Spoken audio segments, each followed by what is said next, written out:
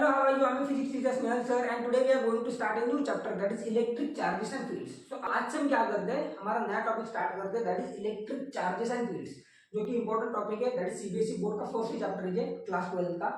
तो सबसे पहले हम जो टॉपिक इस चैप्टर में पढ़ने वाले हैं, that is Coulomb's law. The first point we will learn in this chapter, that is Coulomb's law. तो देखो कूलम्ब्स लॉ को क्या बताता है, द फोर्स ऑफ अट्रैक्शन और repulsion between any two charges is directly proportional to product of their charges and inversely proportional to square of distance between them। मतलब क्या, तो जो दो चार्जेस के बीच में जो फोर्स होगा आइदर अट्रैक्शन और रिपल्शन का, वो क्या होगा, तो डायरेक्टली प्रोपोर्शनल होगा इन दोनों के प्रोडक्ट से। मतलब F is directly proportional to Q1 Q2।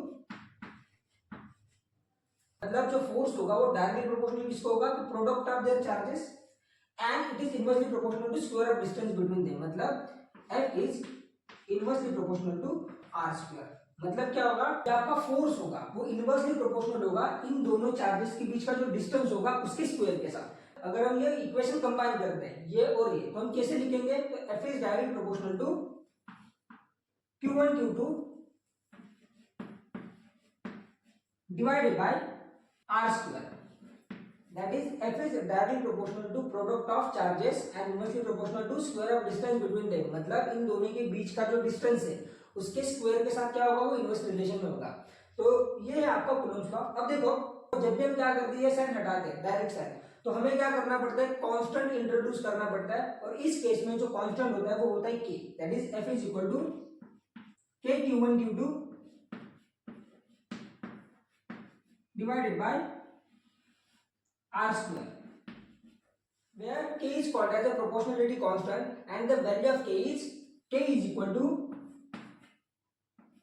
1 upon 4 pi epsilon 0, where epsilon 0 is called as a permittivity। तो ये आपका कूलम्ब्स लॉ। अब देखो हम क्या करेंगे, यही कूलम्ब्स लॉ का यूज करके एक नया टॉपिक देख लेते हैं, that is force due to multiple charges. मतलब हम क्या करेंगे, देखो कूलम्ब्स लॉ का यूज करके ये टॉपिक पढ़ने वाले हैं।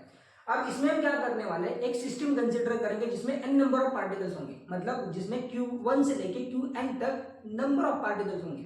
और हम क्या करेंगे, एक पर्टिकुलर चार्ज पर बाकी सारे चार्जेस मिलके कितना फोर्स एक्सर्ट करेंगे वो हम क्या करेंगे, कैलकुलेट करेंगे।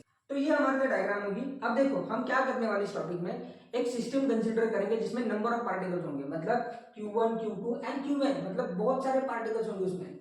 और हम क्या करेंगे, पर्टिकुलर चार्ज Q1 पर बाकी सभी चार्जेस मिलके कितना फोर्स एक्सर्ट करने वाले हैं वो हम क्या करेंगे, कैलकुलेट करेंगे। ठीक है, अब देखो सबसे पहले हम क्या करते हैं, तो force on Q1 due to Q2 calculate करते हैं। दैट इज इस फोर्स Q1 पर ये Q2 कितना फोर्स एक्सर्ट करेगा वो हम कैलकुलेट करते हैं। तो देखो वो कैसे होगा, तो हमें कूलम्ब्स लॉ पता है, that F is equal to k Q1 Q2 divided by R square.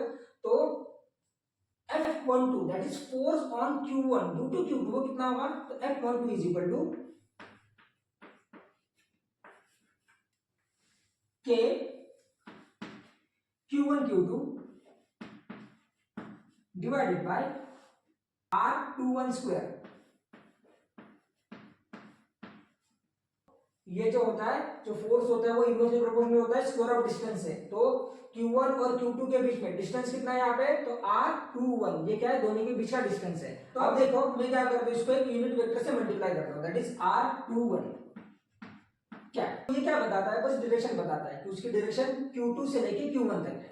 और देखो जो मैंने फोर्स लिखा है ना F12, वो क्या है, इस तरफ दिखा है ऐसा, क्यों, क्योंकि मैंने दोनों चार्जेस पॉजिटिव कंसीडर किए, तो क्या होगा, श्योरली रिपल्शन होगा, तो फोर्स इस तरफ लगने वाला है। अब मैं क्या करता हूँ, force on Q1 due to Q3 calculate करता हूँ। मतलब जो आपका फर्स्ट पार्टिकल Q1 है उसके ऊपर Q3 जितना फोर्स एक्सर्ट कर रहा है वो कैलकुलेट करता हूँ। तो वो सिमिलरली मैं कैसे लिखूंगा, तो F13 is equal to k Q1 Q3 divided by R31 square and R31 क्या, यहाँ पे मैंने जो पार्टिकल कंसीडर किए हैं वो कौन से, तो Q1 एंड Q3, इसलिए मैंने क्या किया यहाँ पे Q1 एंड Q3 लिखा है, मतलब force between Q1 and Q3।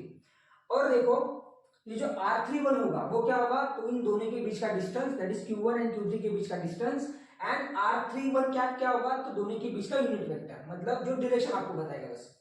अब देखो हम क्या कर सकते हैं, ऐसे ही nth पार्टिकल के लिए लिख सकते हैं, कैसे,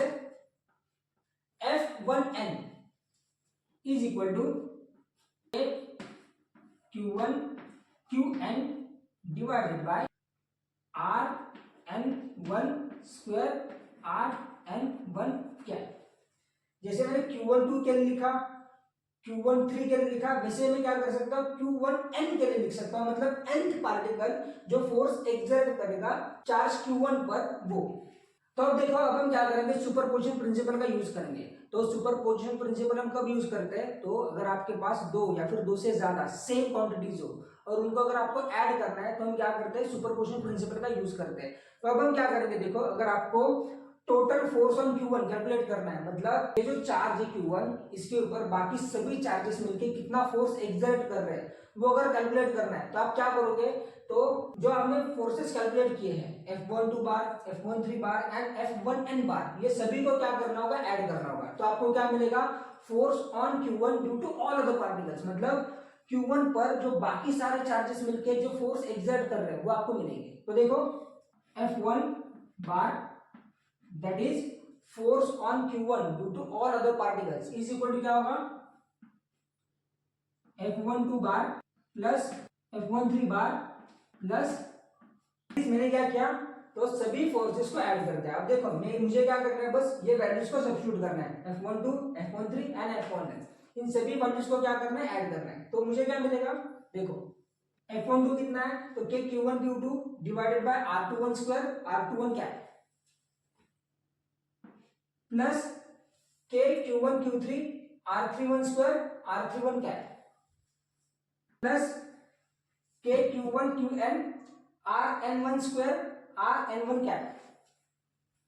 अब देखो इसमें कौन सी चीजें कॉमन है, तो के एंड Q1 ये क्या है, सभी में कॉमन है, मतलब देखो यहाँ पे भी के Q1 है, के Q1 है यहाँ पे भी, और यहाँ पे भी क्या है, के Q1 है। तो हम क्या कर सकते हैं, ये के और Q1 को कॉमन बाहर निकाल सकते हैं। तो हम कैसे लिखेंगे, देखो तो के Q1 इंटू ब्रैकेट के Q1 इंटू ब्रैकेट, तो मैंने क्या किया, यहाँ पे जो के Q1 जो सभी में कॉमन है उसको क्या किया, ब्रैकेट के बाहर निकाल दिया। अब देखो ये जो ब्रैकेट की टर्म है उसके लिए मैं क्या कर सकता हूँ, समेशन का यूज कर सकता हूँ। मतलब मैं कैसे लिखूंगा इसको, तो देखो इज इक्वल टू के Q1 as it is summation over I to से n Qi divided by Ri1 square Ri1 cap. आई आपका कहां से स्टार्ट हो रहा है, तो 2 से लेके n तक, मतलब जहां पे भी आपको आई दिखाई देगा वहां पे क्या करना होगा, आपको 2 से लेके n तक ऐड करते जाना होगा जब तक n नहीं आ जाता। तो ये होगा आपके लिए फाइनल आंसर। अब देखो यहाँ पे मैंने k की वैल्यू नहीं लिखी, तो k होता है आपका 1/4 पाई एप्सिलॉन 0, तो ये होगा आपका k।